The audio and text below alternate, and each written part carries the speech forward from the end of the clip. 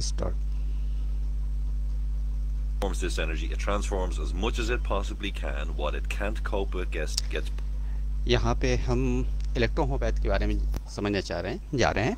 जैसे कि होम्योपैथ में क्यों इलेक्ट्रो वर्ड्स आया है, और इलेक्ट्रो वर्ड्स लेने का जो मतलब है, जो मीन्स है, उसकी वजह है कि हमारे प्लांट्स हैं और बॉडी है, दोनों में इलेक्ट्रिसिटी पाई जाती है।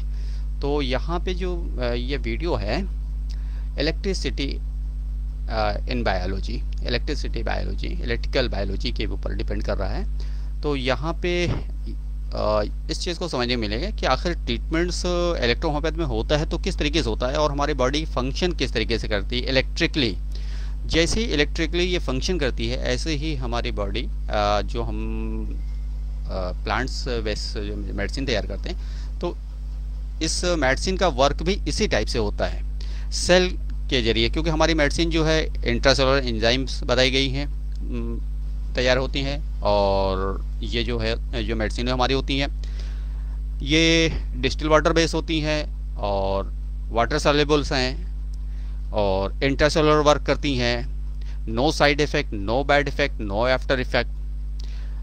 जैसे कि हम पानी पीते हैं, पानी का कोई साइड इफ़ेक्ट नहीं होता, कोई आफ्टर इफ़ेक्ट नहीं होता, कोई बैड इफ़ेक्ट नहीं होता। जबकि जो पानी है, जो वाटर हम पीते हैं, उसका स्पेशल ग्रेविटी pH 7 हो, तो ऐसी कंडीशन में बॉडी को कोई नुकसान नहीं पहुंचता। हमारी मेडिसिन का भी जो रेंज है ट्रीटमेंट का, जहां से हम शुरू करते हैं उसकी स्पेसिफिक ग्रेविटी pH 7 होती है। तो वो उसी चीज़ को यहाँ समझा जा रहा है। pushed back out again in the form of photons and light and heat, radiation, energy, etc. That arrives at the Earth. The Earth does the same thing. It takes in as much energy as it possibly can, and so do the creatures on Earth. We do the same thing, folks. We take as much energy as we can, and we can only convert approximately 10% of the food that we eat, for example, into what we call energy, and the rest we push away. And we try to, because just because you can eat doesn't mean you should eat 24/7, right? I mean, the biology on the planet is in fact increasing the tonnage of the planet by a quite significant amount, and there's quite a lot of argument as to whether or not that amount is actually increasing, or whether there's some mechanism by which it's then lost to space through other mechanisms. But certainly the actual mass of soil on the planet is constantly increasing due to the action of biology, and that's actually increasing the physical mass of the planet due to the conversion of sunlight through photosynthesis. Right, but so I'm down to creatures our size, and as we get down to smaller and smaller creatures, then when we get down to single-celled creatures, they of course are doing exactly the same thing that the sun and the stars and the planets and the galaxies are doing, which is they are transforming. It's a transformative structure. The single cell creature, if you will, is transforming the energy that's made available to it, but it only as much as it can cope with. When a cell is in a state that there's too much around it, it tries to literally move away again, or to get to a lower level of equilibrium, consume the energy to maintain itself, and then it goes and seeks more energy. Does that make sense, Jack? Absolutely. Right. So यहाँ पे एक model show कर रहे हैं, जिस model के ज़रिए internal जो हमारा इलेक्ट्रॉन, प्रोटॉन, न्यूट्रॉन्स जो वर्क करता है उसकी सिचुएशन और कंडीशंस एक्सप्लेन करने की कोशिश की जा रही है। Really, we've kind of got this picture of our planet in an electromagnetic solar system, where we have effectively we're sat upon a ball magnet with a north and south pole, and if it were a magnet and we were to stick it under a bit of paper and sprinkle some iron filings onto it, we would have a visual representation of the lines of magnetic force. And all magnetism is electricity, and all electricity is magnetism. They're interchangeable concepts. That we would see the Earth as effectively a three-dimensional sort of hedgehog with clusters at its top and bottom, with clusters at its poles, where the lines of force came much closer together. यहाँ पे ये जो roots दिखाए जा रहे हैं, cell to cell connectivity and transmission of signals and transmission of electricity, cell to cell all body supplies के यहाँ पे शो कर रहे हैं। become much tighter, and with those lines of force distributing towards the equator, and when we actually look और फिर ये transmissions जैसे कि यहाँ पे थोड़ा पीछे करके देखते हैं हम, ये तमाम से एक दूसरे से कनेक्ट हो रहे हैं, और जैसे कि बॉडी के अंदर सेल्स आपस में कनेक्ट होते हैं, तो इस तरीके से एक दूसरे से सेल्स के ये मॉडल है, मॉडल्स को कनेक्टिविटी बताई गई है। इस तरीके से एक स्ट्रक्चर फॉर्म होता है, चाहे वो स्किन का हो, चाहे वो बॉडी के किसी आर्गन का हो, और ये तमाम सेल आपस में मिलकर के एक कनेक्टिविटी बनाते हैं, और कनेक्टिविटी से बनता है सेल से बनता है टिश्यूज़, टिश्यूज़ से बनता है फाइबर, और फाइबर से बनता है ऑर्गन। फाइबर मीन्स जैसे कि आप मटन लेते हैं, चिकन वगैरह लें, जब आप उसके पीस को उठाते हैं खाने के लिए, तो जब फिंगर से उसे पुश करें तो उसमें तमाम बारीक बारीक हेयर टाइप रूट्स होती हैं, थ्रेड टाइप रूट्स होते हैं, थ्रेड्स जैसा दिखते हैं, धागे। तो ये धागे जो होते हैं वो ही, उसे ही फाइबर कहा जाता है। तो ये फाइबर्स होते हैं जो बॉडी को एक दूसरे से जोड़ के रखते हैं, और ये फाइबर्स हॉरिजॉन्टल एंड वर्टिकल, जैसे कि हमारे घर में जो बेडशीट बिछी होती है, बेड शीट्स के ऊपर भी आप देखते हैं वो ये फाइबर्स होते हैं, थ्रेड्स होते हैं।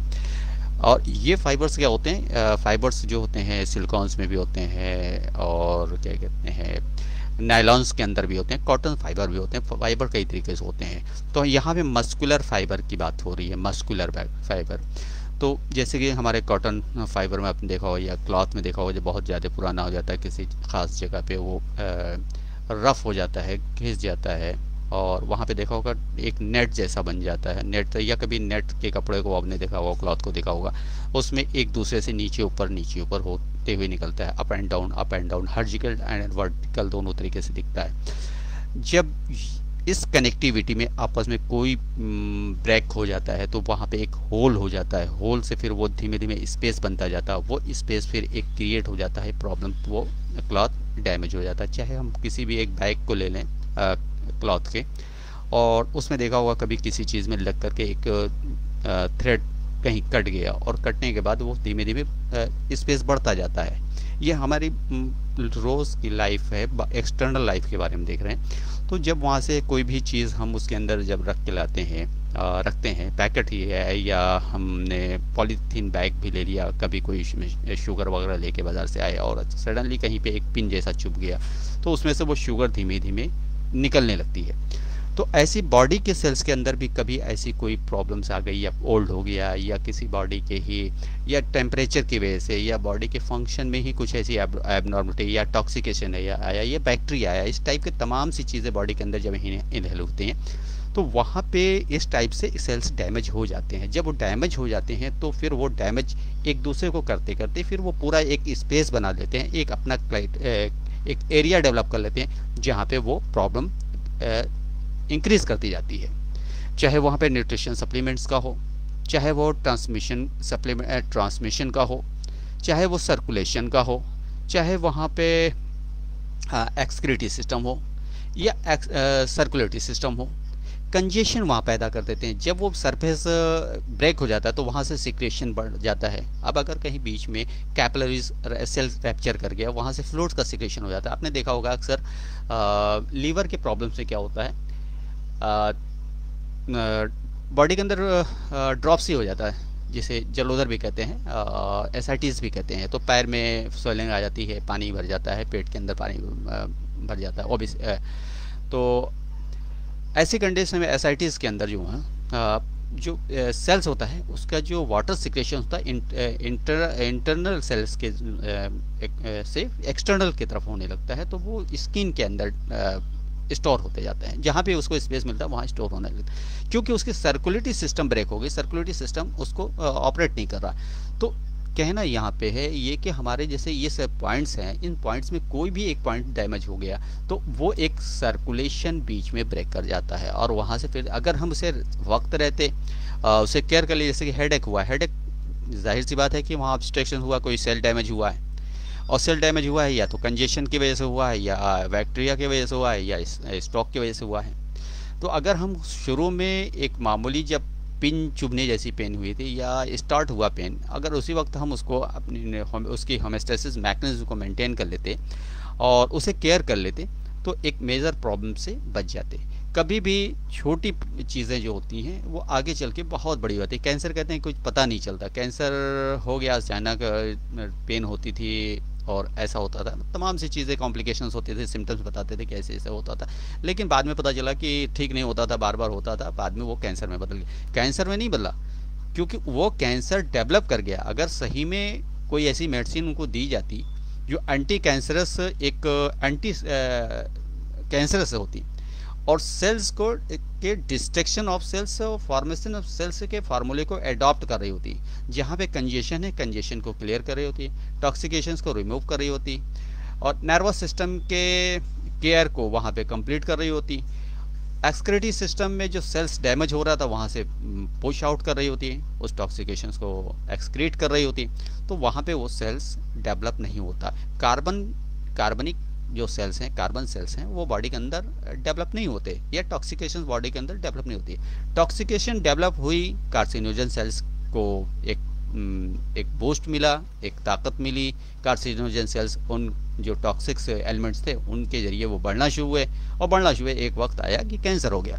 तो इलेक्ट्रोहोम्योपैथ में कोई कैंसर माने नहीं रखता, हाँ स्टेज क्रॉस कर चुका है तो माने रखेगा, लेकिन यह है कि इलेक्ट्रोहोम्योपैथिक जो मेडिसिन है वो preventive of cancer and cure दोनों है। प्रिवेंटिव कोई भी डिजीज़ का प्रिवेंशन यहाँ पे दिया गया है, और इस मेडिसिन के जरिए हम प्रिवेंशंस भी करते हैं। तो एक वीडियो तो बहुत लंबी है, थोड़ा सा और आगे देख लेते हैं, फिर अपने लेक्चर्स पे आ जाते हैं। And when we actually look at the distribution of biology on the planet, there appears to be this sweet zone, not quite up where near the poles where the lines of force are all gathered really tightly together and the temperatures tend to be very cold, and not down near the equator where the sun's really hot and where there's very little of this magnetic force available. Well, what I'm going to suggest is that nature at the micro and macro level seems to be operating with this transformative, would you call it, mode. In other words, all this plasma-based energy that's a... अभी इस video में हम देख रहे हैं, और हमने पिछली बार दिखाया था कि इलेक्ट्रॉन्स किस तरीके से न्यूक्लियस के राउंड जो है रोटेट करता रहता है। तो यहाँ पे इसी पोजीशन को दिखाया जा रहा है, और ये रोटेशंस एक दूसरे से कनेक्टिविटी मेंटेन रखते हैं, और कनेक्टिविटी मेंटेन होने की वजह से कंटिन्यू ये सर्कुलेशन बॉडी का बना रहता है, चाहे वो फ्लूइड्स का हो या स्किन्स का डैमेज होने से बचना हो। और नर्वस सिस्टम के जो फोटोन सेल्स हैं भी इसी बेस पे काम करते हैं। Arriving, we're all doing our damnedest, if you will, to accept as much as we possibly can, transform it, and then use it to either repair ourselves, grow, and live our lives, if you will, at our level. ये Paracels को ही श्रेय जाता है कि मतलब इन्हीं को इस चीज़ के लिए माना जाता है कि पैरासेल्स ने इलेक्ट्रिसिटी इन वेजिटेबल किंगडम्स को इंट्रोड्यूस कराया था, और सेल्स के ज़रिए ही जो है उन्होंने, उस वक्त तो इलेक्ट्रिसिटी इन्वर्ट नहीं हुई थी, बहुत पुराने वक्त के 5000 ईयर्स एगो, लेकिन आज उन्हीं पैटर्न पर काम करते हुए और ये देखा जा रहा है कि नेगेटिव पॉजिटिव जो पोल्स होते हैं वो बॉडी के अंदर भी पाए जाते हैं, बॉटनिकल व्यूज़ में पाए जाते हैं। प्लांट्स भी इसी बेस पे काम करता है, प्लांट्स में भी वो नेगेटिव पॉजिटिव वेव्स होते हैं।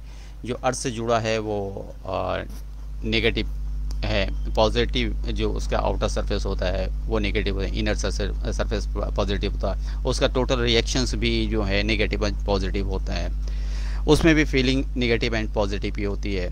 जब उसे हम कभी कट करते हैं प्लांट्स की किसी जगह तो एक्सक्रीशन भी होता है, और कभी आप प्लांट्स के नीचे कभी बैठना हो तो कभी आपने देखा होगा ड्रॉप्स थोड़ी थोड़ी आती रहती हैं, तो इसमें प्लांट्स के जो वेपोरेशंस होता है तो उसके वजह से भी ड्रॉप्स आपको मिलती रहती हैं। ठंडी हवा का जो मिलना होता है वो भी उसके अंदर वेपोरेशन जो होता है उसके मीडियम से मिलना होता है। और इनके अंदर भी चार्जेस इलेक्ट्रिकल्स जो एटमॉस्फेयर के अंदर मौजूद होती हैं, सन रेज होती हैं, उनके वजह से प्रोड्यूस होता है। और वो अपने जैसे कि हमारी बॉडी के अंदर सेल्स अपने न्यूट्रिशंस को जो प्रिपेयर कर रहे होते हैं, जो हम खाते हैं उसको सही सही जगह पे सप्लाई कर रहे होते हैं।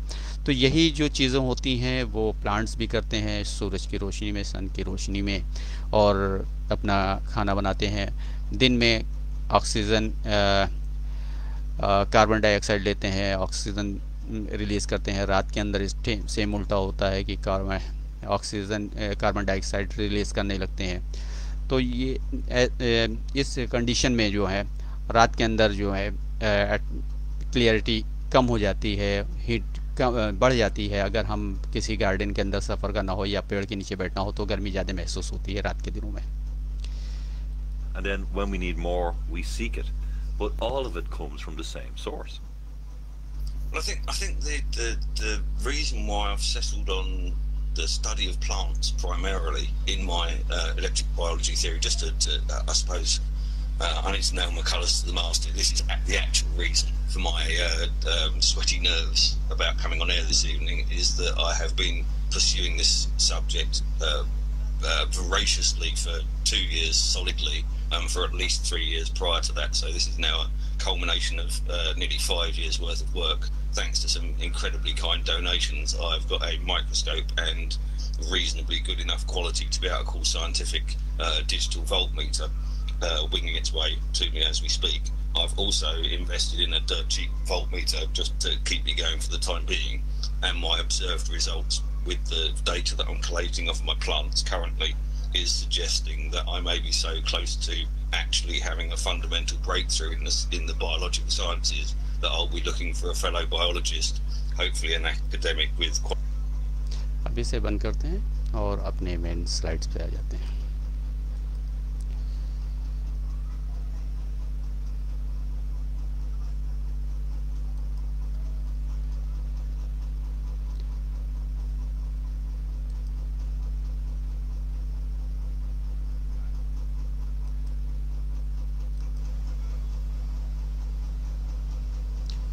The lecture of BS System of Medicine.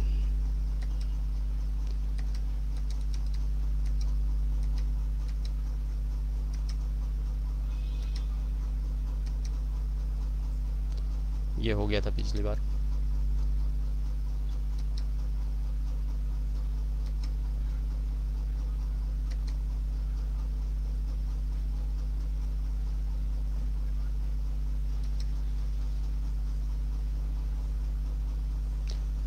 ये एक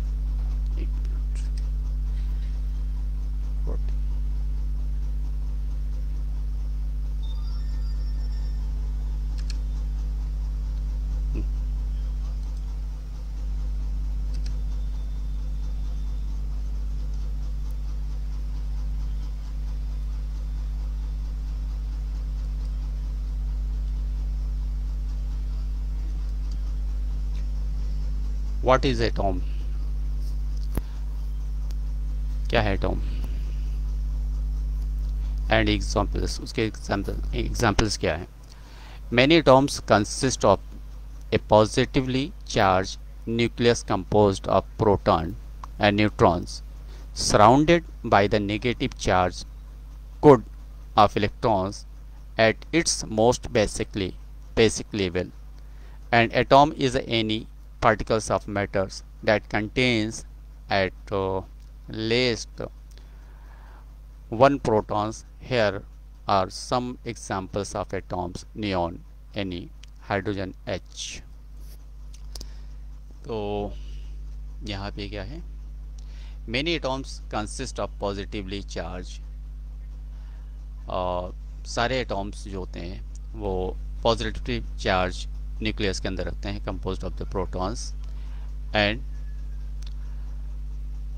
न्यूट्रॉन सराउंडेड, न्यूट्रॉन उसके सराउंडेड चारों तरफ होते हैं by a negative charge cloud बनाते हैं एंड इलेक्ट्रॉन्स के अकॉर्डिंग, इलेक्ट्रॉन के through at is the mostly basic levels and atom is any particles of matters, किसी भी पार्टिकल्स का मैटर्स होता है, हमारी सेल्स के अंदर भी, बॉडी के अंदर भी इसी टाइप की सेल्स पार्टिकल्स हो सकते हैं। ये सेल्स के में सेल्स को और डिवाइड किया जाए तो पार्टिकल्स बन जाएंगे।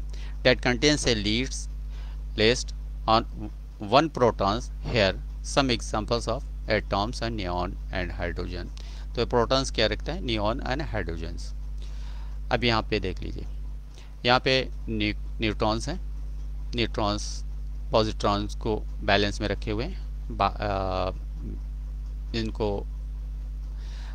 डिवाइड होने से बचा रहे हैं। और जहाँ पे ये इलेक्ट्रॉन्स पॉजिट्रॉन की तरफ मूव करते हैं और ये न्यूट्रॉन्स उनके बीच में आ जाते हैं और यहाँ से निगेटिव चार्ज इनको शो करते हैं। इस तरीके से ये रोटेट करते रहते हैं, जैसे कि हमारे फ़ैन है। फ़ैन इसी इलेक्ट्रॉन प्रोटॉन की थ्योरी पे ही रोटेट करता रहता है, एक सर्कुलेशन में एक पॉइंट पे घूमता रहता है, जिससे हमें हवा मिलती रहती है। तो हमारे बॉडी के अंदर भी जो न्यूक्लियस जो होता है उसके अंदर न्यूट्रॉन्स एंड प्रोटॉन्स होने की वजह से उसके सरफेस पे इलेक्ट्रॉन्स जो सर्कुलेट करता रहता है, इसकी वजह से हमारे सेल्स का क्रिएशंस होता है। और कनेक्ट ये जो एटॉम्स है, एटॉम्स जो यहाँ पे हम आगे देख सकते हैं,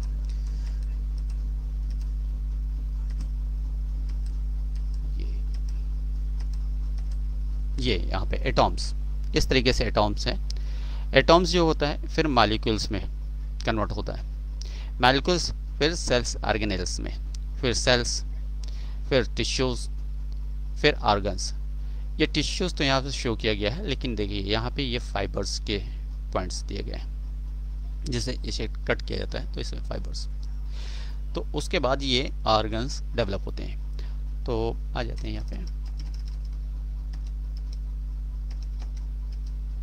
इस तरीके से सरफेस में काम करते हैं और कनेक्टिविटी मिलती है सेल्स की, क्रिएट होता है एक structures, nucleus, protons, neutrons and electrons, एक क्लाउड बना रहे हैं। यहाँ पे देखिए पॉजिटिव सरफेस जैसे आ गया था, इलेक्ट्रॉन उसके तरफ आता है और न्यूट्रॉन्स वहाँ पे नेगेटिव चार्ज रिलीज करके, क्योंकि negative to negative, positive to positive कभी अट्रैक्ट नहीं होते, तो इसलिए इसे उसे दूर पहुँचाता है। और कभी ऐसा होता है कि जब इनकी फ्रिक्वेंसी बहुत ज़्यादा बढ़ जाती है तो ये न्यूक्लियस के अंदर टूट के मिल जाते हैं और ये ख़त्म हो जाते हैं। और जब ऐसी कंडीशन बॉडी के अंदर ज़्यादा होती है तब नेगेटिव डेफिशिएंसी की वजह से हमारी नेगेटिव डिजीज़ होती है। जब पॉजिट्रॉन्स एक्सेस होता है और न्यूक्लियस उसे कंट्रोल नहीं करता, तो इस कंडीशन में हमारी बॉडी के अंदर पॉजिटिव डिजीज़, यहाँ पर हाइपरटेंशन, हाई ब्लड प्रेशर, ये कॉजेज़ बनते हैं। प्रोड्यूस सेल्स का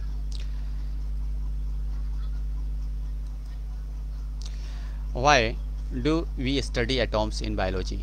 The protons have positive charge and the neutrons have no charge. Neutrons no charge. लेकिन यह माना जाता है नेगेटिव पॉजिटिव दोनों चार्ज होते हैं। क्यों? क्योंकि यह जहाँ पे नेगेटिव है वहाँ पॉजिटिव प्रोड्यूस करता है। नेगेटिव टू नेगेटिव कभी आपस में मिलते नहीं, तो इसलिए जहाँ पे नेगेटिव है वहाँ नेगेटिव प्रोड्यूस कर देता है और एंटीपोल बनाता है। एंटीपोल बनने की वजह से उसे एक दूसरे के सरफेस पॉजिटिव के थ्रू एंटीपोल बनता है। पॉजिट्रॉन जो होता है वो फ्री नहीं होता, इलेक्ट्रॉन्स न्यूक्लियस के अंदर आने नहीं देता। न्यूट्रॉन्स, इलेक्ट्रॉन्स अगर न्यूक्लियस में आ जाए तो वो स्ट्रक्चर्स ख़त्म हो जाते हैं, पूरा क्लाउड्स ख़त्म हो जाता है। क्लाउड्स ख़त्म, सेल ख़त्म बॉडी का।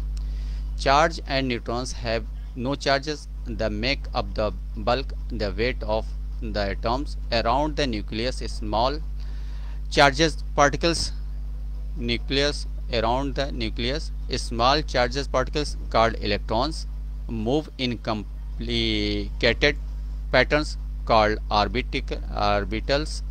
The discovery of the structure of the atom change how we looked at the world. Slide change हो रही है आपकी? हाँ जी। अच्छा, हमारे मोबाइल पे फिक्स हो गई है इसलिए पूछ रहे हैं। ठीक है। How small is an atom? क्या है small is an atom? Atom कैसा छोटा इकाई है। You probably already now everything is made up a little tiny things called atoms, or even that each atom is made up of even smaller particles called protons, neutrons and electrons, and we probably heard that atoms are small, बहुत very very small होता है. What is the molecules in biology? A teeny are very small pieces. यहाँ पे ऐसे तो कोई ज़रूरत नहीं है, लेकिन इलेक्ट्रोहोम्योपैथ को समझने के लिए एटम्स को समझना है, इलेक्ट्रोबायोलॉजी के बारे में जानना है, और ये चीज़ हम फिलॉसफी के अंदर ही समझ सकते हैं. आगे फार्मेसी के अंदर हम सिर्फ medicine production, medicine collections, medicine preserve और डोज, इस चीज़ के बारे में. मटेरिया मेडिका के अंदर हम स्टडीज़ करेंगे function of medicine, organ wise, climate wise और डिजीज़ वाइज, और सिम्टम्स वाइज और सिस्टम वाइज. और प्रैक्टिस ऑफ मेडिसिन में हम पेशेंट्स को किस तरीके से डिस्ट्रीब्यूट करेंगे और डिजीज़ को डायग्नोस किस तरीके से करें. तो यहाँ पे ये फिलॉसफी हमारी है, थोड़ी बोरिंग भी होती है, कभी इंटरेस्टिंग भी होती है, तो थोड़ा समझने के वक्त लगता है. ए टीनी और small piece of something biology और बायोकेमिस्ट्री. तो इसमें बायोलॉजी और बायोकेमिस्ट्री के जरिए हम समझ सकते हैं. And extremely small particles substances specially at cellular और स्ट्रक्चरल लेवल. यहाँ गया स्पेशली एट सेलुलर, इंटरसेलुलर या एक्स्ट्रा सेलुलर और स्ट्रक्चर लेवल. अब इन्हीं के थ्रू हमारी बॉडी का पूरा स्ट्रक्चर फॉर्म होता है. अगर हम इसे नहीं समझेंगे तो इलेक्ट्रोहोम्योपैथ को हम समझ नहीं सकते. इनको इलेक्ट्रोबायोलॉजी, मॉलिक्यूलर बायोलॉजी, न्यूक्लियस बायोलॉजी को मुझे समझना होगा. जितनी अच्छी तरीके से समझ सकते हैं उतनी अच्छी तरीके से समझ कर ट्रीटमेंट दे सकते हैं और लोगों को रिप्लाई इसकी दे सकते हैं. वरना फिर इलेक्ट्रोहोम्योपैथ क्या चीज़ है, लोग हंसेंगे भी सुनकर, लोग हंसेंगे भी और शर्मिंदगी भी महसूस होगी कि हम क्या चीज़ पढ़ रहे हैं, ये है क्या, इसका मतलब क्या है, इसका मीन्स क्या है, इलेक्ट्रोहोम्योपैथिक क्यों रखा नाम. तो नाम के बारे में भी एक्सप्लेन कर सकते हैं. अगर कोई आपसे सवाल कर देता है व्हाट इज़ इलेक्ट्रोहोम्योपैथिक, तो आप एक जवाब दे सकते हैं electrohomeopathic a concept of electricity in biology, electricity in vegetable kingdom, electrical biology based on our treatments. What is electrobiology? तो आप ये भी कह सकते हैं यूट्यूब पे जाओ, खोल के देख सको भाई, ये आप समझ चुके हैं तो उसको समझा भी सकते हैं भाई. जैसे कि हमारी बॉडी के हमारे आसपास जैसे कि सारे गैजेट्स काम करते हैं, उनको इलेक्ट्रिसिटी की ज़रूरी होती है, हमारे फूड्स के ज़रिए हमारी बॉडी को मिलती है. अब जो जाहिल होगा, जो नहीं पढ़ा लिखा होगा, वो सोडियम और क्लोरीन और मैग्नीशियम, पोटेशियम के बारे में तो नहीं जानेगा, लेकिन हाँ उसे ये कह सकते हैं कि ये है, सच है, इससे ज़रिए ट्रीटमेंट होता है, इलेक्ट्रिसिटी बॉडी के अंदर होती है. जबकि हमने पिछली वीडियो के अंदर आपको दिखाया था 70,000 ट्रिलियन हमारे वोल्ट बॉडी प्रोड्यूस करती है. कितनी ज़्यादा, और इतना अगर हमारे आसपास कहीं रिलीज़ हो जाए इलेक्ट्रिसिटी तो ज़रा देर में वो चीज़ ख़त्म हो जाएगी. तो ये डिपेंड करता है जब हम स्टडीज़ करते हैं what is molecular biology in biology, what is molecules in biology. Molecules क्या करते हैं बायोलॉजी के अंदर और क्या होते हैं मॉलिक्यूल्स बायोलॉजी में.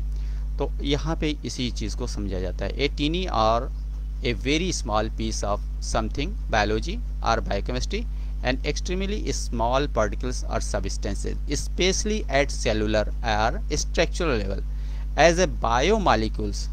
इसे बायोमोलिक्यूल्स कहते हैं. फिजिक्स एंड केमिस्ट्री, इसके अंदर फिजिक्स एंड केमिस्ट्री दोनों आ जाता है. The smallest unit and elements are compound made of 2 or more atoms held together by strong chemical bond. अब ये बायोकेमिस्ट्री जो पढ़े होंगे और जिनको बायोकेमिस्ट्री पढ़ाई जाएगी वो इस चीज़ को समझ सकते हैं. और इस चीज़ को समझ सकते हैं एलोपैथ के डॉक्टर्स, क्योंकि वहाँ पे पढ़ाई जाती हैं इन चीज़ों को। बायोकेमिस्ट्री के बहुत ज़्यादा इंपॉर्टेंस हैं, और इलेक्ट्रोहोम्योपैथ में तो सिर्फ डिग्री मिलती है और प्रैक्टिस करना शुरू कर देते हैं, साइंस के बारे में जानने की कोशिश नहीं करते हैं। जबकि इस साइंस के बारे में वो अगर एलोपैथ वाले सवाल करते हैं, अगर उनको समझा दिया जाए, जो क्वालिफाइड डॉक्टर हैं, तो इस चीज़ को अच्छी तरह समझ सकते हैं कि वाकई कुछ अलग है, यूनिक चीज़ है। Are cells made of atoms? क्या सेल तैयार होते हैं एटॉम्स से? Cell are made of atoms. अब यहाँ पे सेल्स, हमारी बॉडी के अंदर जो सेल है ना, सेलुलर मेडिसिन, इंट्रा सेलुलर जो वर्क करते हैं एंजाइम्स हमारे मेडिसिन का, तो यहाँ पे एक्सप्लेन हम इस तरीके से समझ सकते हैं, जो हमारी बॉडी के सेल्स किस तरीके से काम करते हैं, किस तरीके से स्ट्रक्चर फॉर्म करते हैं, जिसमें हमारा मेडिसिन का जो रोल है, कैंसरेसो ग्रुप की मेडिसिन आती है। कैंसरेसो ग्रुप की मेडिसिन हमारे सेल्स को मेंटेन करती है, सेल्स को डेवलप करती है, और सेल्स को के क्रिएशन में मदद करती है। अगर हम ये एटॉम्स के बारे में हम अच्छी तरह से समझ सकते हैं, तभी जाकर हम सेल्स पे इलेक्ट्रोहोम्योपैथी की कैंसरेसो मेडिसिन किस तरीके से काम करती है उसे सपोर्ट, और स्क्रोफ्लोसो ग्रुप की मेडिसिन करती है, उसे सपोर्ट नर्वाइन मेडिसिन वर्क करती है, जैसे कि उसमें F1 आ गए। उसी में सर्कुलेशन एनर्जी जो बॉडी के अंदर होती है, वो होती है ब्लड के स्ट्रीम के जरिए, ब्लड के जरिए न्यूट्रिशन पहुंचाया जाता है। ये सेल्स जो बॉडी के अंदर पहुंचते हैं वो ब्लड के थ्रू पहुंचते हैं। इलेक्ट्रिसिटी जो प्रोड्यूस होती है वो नर्वस सिस्टम के जरिए पहुंचती है। तो हमारा कोई भी बॉडी का आर्गन तभी वर्क करता है जिससे उस सर्कुलेशन वाले सारे सिस्टम एक साथ उसके साथ वर्क कर रहे होते हैं। वरना फिर कोई भी एक सिस्टम जब वीक हो जाता है तो ऑटोमेटिकली वहाँ पे डिफिशियंसी क्रिएट होने लगती है सेल्स के अंदर। अगर इलेक्ट्रिक कहीं भी घर के अंदर भी अगर मोबाइल के अंदर हम प्रॉपर चार्जर नहीं लगाते तो या तो हीट करेगा, या प्रॉपर चार्ज नहीं होगा, या कम चार्ज होगा, या हमारे वहाँ पावर अगर कम आएगा तो भी, या बैटरी कमज़ोर होगी तो भी हमारा मोबाइल प्रॉपर नहीं वर्क कर सकता। इसीलिए हमारे सेल्स के अंदर जो हमारी बॉडी के अंदर जो सेल्स हैं ये बैटरी का काम करते हैं, पूरी बैटरी। और ये सेल्स स्ट्रक्चर फॉर्म करते हैं, स्ट्रक्चर फॉर्म करके ये पूरे में यूनिट ट्रांसफ़र करते हैं और पूरे में इलेक्ट्रिसिटी सर्कुलेट करते हैं। इलेक्ट्रिसिटी ये सर्कुलेट होती है, हमें पता चलता है कि हमें कोई चीज़ टच कर रही है, हीट हो रही है, और सर्कुलेशन को मेंटेन करती है, कंजेशन को दूर करती है। अगर कंजेशन हो गया तो वहाँ पे ट्रांसमिशन रुक जाता है, कभी आपने देखा होगा स्किन सुन पड़ जाती है, कभी वहाँ पे ऑब्स्ट्रक्शंस हो जाता है, या बहुत ज़्यादा पेन राइज कर जाता है। तो ये सारा डिपेंड करता है सेल्स के डीएक्टिव या मोर देन एक्टिव होने पे। तो यहाँ पे cell are made of atoms, more specifically cell are structure made up of billions of molecules. Cell are structures made up, एक सेल जो स्ट्रक्चर फॉर्म करता है उसमें बिलियंस ऑफ मॉलिक्यूल्स का यूज होता है। And each molecules is composed of atoms. In turns atom are comprised of sub atomic particles called protons, electrons and neutrons. Sub atomic particles बहुत छोटी condition में, जब सब एटॉमिक पार्टिकल्स जो कहे जाते हैं, पुकारे जाते हैं, उसे प्रोटॉन, इलेक्ट्रॉन एंड न्यूट्रॉन्स, बहुत छोटी सी यूनिट होती है। Those are made of even smaller particles called quarks. वहाँ पे क्यूकर से कहा जाता है। What is a molecular biology? अब वहाँ पे हम क्या देख रहे थे आगे, एटॉमिक बायोलॉजी के बारे में। अब यहाँ पे मॉलिक्यूलर बायोलॉजी, मॉलिक्यूल्स कैसे बनता है। Molecular biology also plays important role in understanding formation, action and regulation or various parts of cells which can be used to efficiently target new drugs। अब यहाँ पे पूरा ट्रीटमेंट्स आ जाता है मॉलिक्यूलर बायोलॉजी के अकॉर्डिंग, और हमारी मेडिसिन अब यहाँ पे मॉलिक्यूलर बायोलॉजी पे वर्क करती है। Various parts of cells which can be used to efficiently targeted new drugs diagnosis diseases and understand the physiology of the cells। अब फिजियोलॉजी ऑफ द सेल्स के लिए हम क्या करेंगे, हम स्क्रोफ्लोसो मेडिसिन का इस्तेमाल करेंगे। फिजियोलॉजिकल जो मेडिसिन हमारी है वो स्क्रोफ्लोसो ग्रुप है।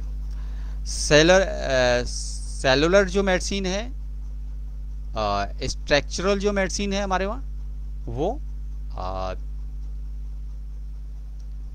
कैंसिरेसो ग्रुप की मेडिसिन है। तो यहाँ पे पूरा हमारा जो बेस है इसी बेस, हमारा जो पूरा ट्रीटमेंट है इसी बेस पे चलता है। अब यहाँ पे बायोस्फीयर के बारे में आ जाते हैं।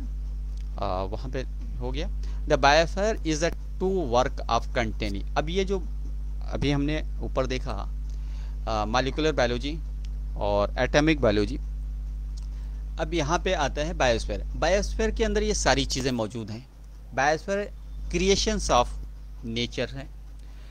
इस क्रिएशन ऑफ नेचर्स के अंदर एनिमल्स भी पाए जाते हैं, स्पेसीज पाए जाते हैं, तमाम तरीके के प्लांट्स होते हैं, इंसेक्ट्स भी होते हैं, एनिमल्स भी होते हैं, और एनिमल्स के ही ग्रुप में इंसानों को रखा गया है। तो यहाँ पे बायोस्फीयर ये क्रिएट होता है वो इन्हीं atomic nuclear biology, atomic biology, molecular biology, ये स्ट्रक्चर फॉर्म करते जाते हैं, कन्वर्ट होते जाते हैं, और यहाँ पे हमारा बायोस्फीयर प्रोड्यूस हो जाता है।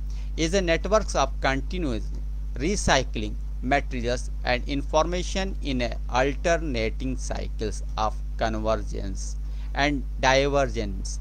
As a materials convergence or becomes more concentrated, the gain in quality, increasing their potentials to drive useful work in proportions to their concentration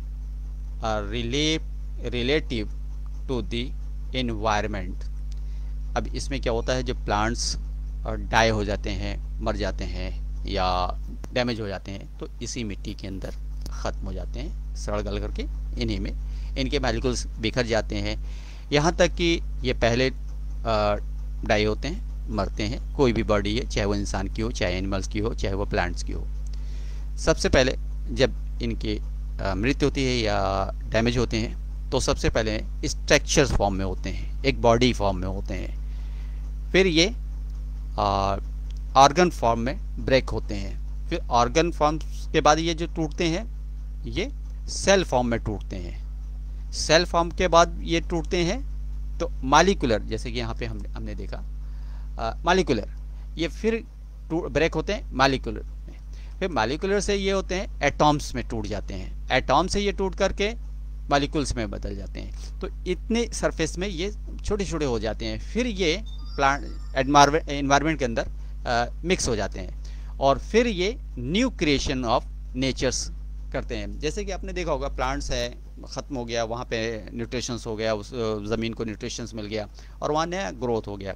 ऐसे इंसान जब दुनिया से चला जाता है, उसकी मृत्यु हो जाती है और उसे जला दिया जाता है, तो इसी एटमॉस्फेयर में मिक्स हो जाता है, और या कब्र में दफन कर दिया जाता है, तो उसमें भी यही चीज़ देखी गई है कि वो ऐसी इन्वायरमेंट है, इनके बॉडी और सेल्स जो है डिस्ट्रॉय होकर और मिक्स होकर सभी जगह पे सर्कुलेट हो जाते हैं, और फिर वो नेचर के बाद फिर वो प्लांट्स के अंदर वो इन एक्टिव से एक्टिव फॉर्म में आ जाते हैं, और फिर इसे एनिमल्स खाते हैं या फिर इंसान खाते हैं, तो ह्यूमन बीइंग खाते हैं, तो उसके ज़रिए प्लांट्स ग्रो होते हैं, सब्जियां ग्रो होती हैं, और वेजिटेबल और तमाम सी चीज़ें, फ्रूट्स ग्रो होते हैं इसी सॉल्स के जरिए। और इसी जो ह्यूमन बॉडी होती है या प्लांट्स बॉडी होती है, वो न्यूट्रिशंस बन जाती हैं इनके, जब डैमेज होते हैं, जब ख़त्म होते हैं, तो ऐसी कंडीशन में वो फिर रीजनरेट होते हैं।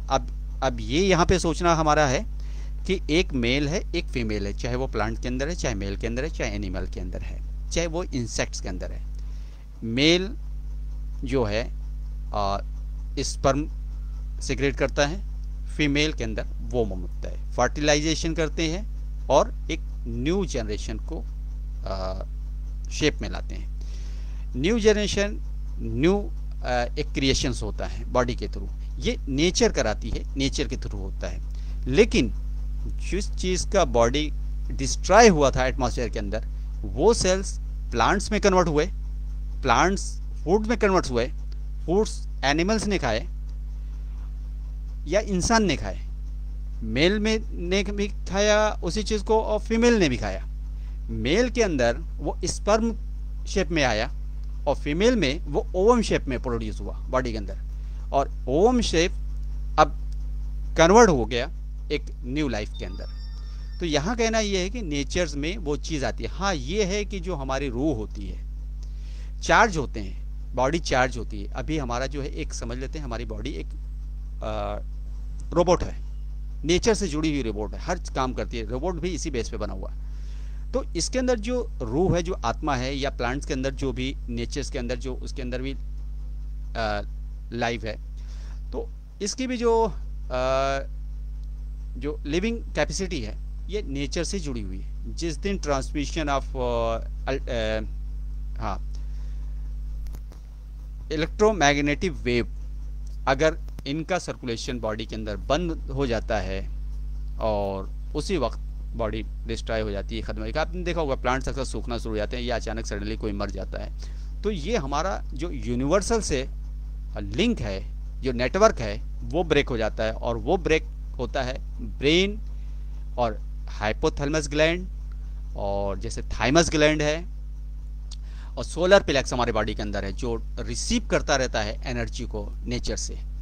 और जिस वक्त इनके आपस में कनेक्टिविटी ब्रेक कर जाती है, बॉडी पूरी तरीके से सर्कुलेशन बंद कर देती है, जो इलेक्ट्रिक फ्लो है हमारी बॉडी का बंद हो जाता है, वह प्लांट्स के अंदर का बंद हो जाता है। तो ऐसी कंडीशन में हम ख़त्म हो जाते हैं, यानी डेड हो जाते हैं, हमारी बॉडी एक्सपायर कर जाते हैं। तो वहाँ पे हम फिर वापस नेचर में चले जाते हैं। लेकिन जब भी नेचर नया क्रिएशन करता है तो नई सारी एनर्जी, नया सारा कुछ, इसलिए कंसेप्ट वो पुराना जो सेल्स होता है, अब किस सेल्स का किधर ट्रांसफ़र हुआ, किस बॉडी का किधर ट्रांसफ़र हुआ, इतने छोटे छोटे मॉलिक्यूल्स हो जाते हैं कि वो अरेंज करें। लेकिन नेचर जो है अलग अलग जगह पर ट्रांसमिट करके उसे फिर नए जनरेशन में पैदा करता है, और नए जनरेशन के साथ नई थिंकिंग, नया सब कुछ होता है। इसलिए वहाँ पे वो पुरानी यादें नहीं हो सकती, क्योंकि अगर पुराने वो सारे सेल्स एक साथ इकट्ठा हो, एक साल ही वो क्रिएशन में हो, चाहे वो फीमेल ही वही चीज़ को खाए और फिर मेल भी उसी चीज़ को खाए, फिर उसी आर्गन का इस्तेमाल हो उसी जनरेशन को पैदा करने के लिए, जैसे क्लोनिंग में की जाती है, तो ऐसी कंडीशन में वो लाइफ फिर से हो सकता है। लेकिन मुश्किल है, क्योंकि क्रिएशन नेटवर्क टोटल डिस्ट्रॉय हो जाता है, इसलिए वो बॉडी क्रिएट नहीं हो सकती। हाँ, न्यू क्रिएशंस हो जाता है।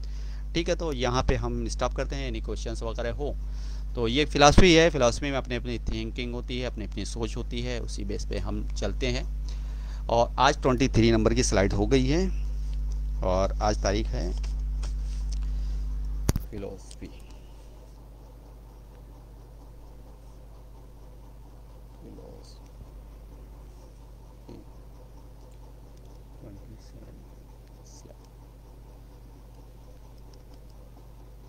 हाँ, कोई क्वेश्चंस वगैरह हैं तो आप कर सकते हैं, क्योंकि अब यहाँ पे हम